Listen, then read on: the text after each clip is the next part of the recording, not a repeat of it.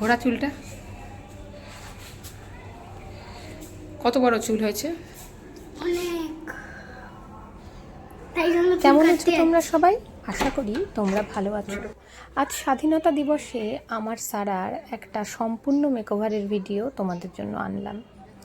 যদিও আজ স্বাধীনতা দিবস, তবুও মন থেকে যেন আমি কাউকেই শুভেচ্ছা জানাতে পারছি না, কারণ কোনো এক জায়গায় নিজেকে বড় পরাধীন মনে হচ্ছে, কারণ আমিও দুটো মেয়ের মা। 14ই আগস্ট রাতে পুরো কলকাতা তথা পশ্চিমবঙ্গ কিন্তু জেগেছিল একটা মেয়ের প্রতি অন্যায়ের সুবিচারের আশায়।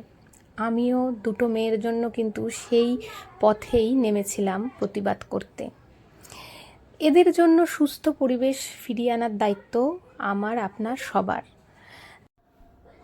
সেসব কথা আজকে দূরে থাক। আজ সারার মেকওভারের ভিডিও দেখে অবশ্যই তোমরা জানিও কেমন লাগলো। দেখতে থাকো ভিডিওটা।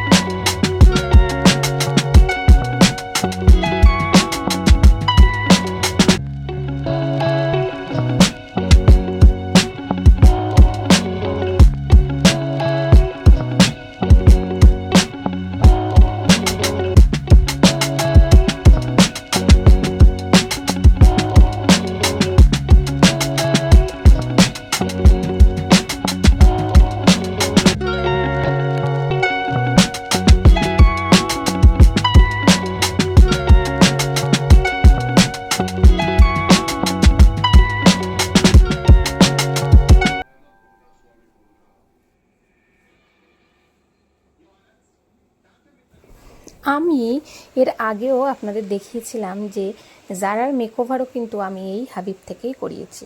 এই হাবিবটা লেকমলের ঠিক অপোজিট ফুটে একটা গলির মধ্যে ঢুকেই প্রথমে পড়ে। একটা জুতোর দোকান আছে ফ্যান্সি, তার ঠিক পাশেই কিন্তু এই হাবিবটা দোতলায়।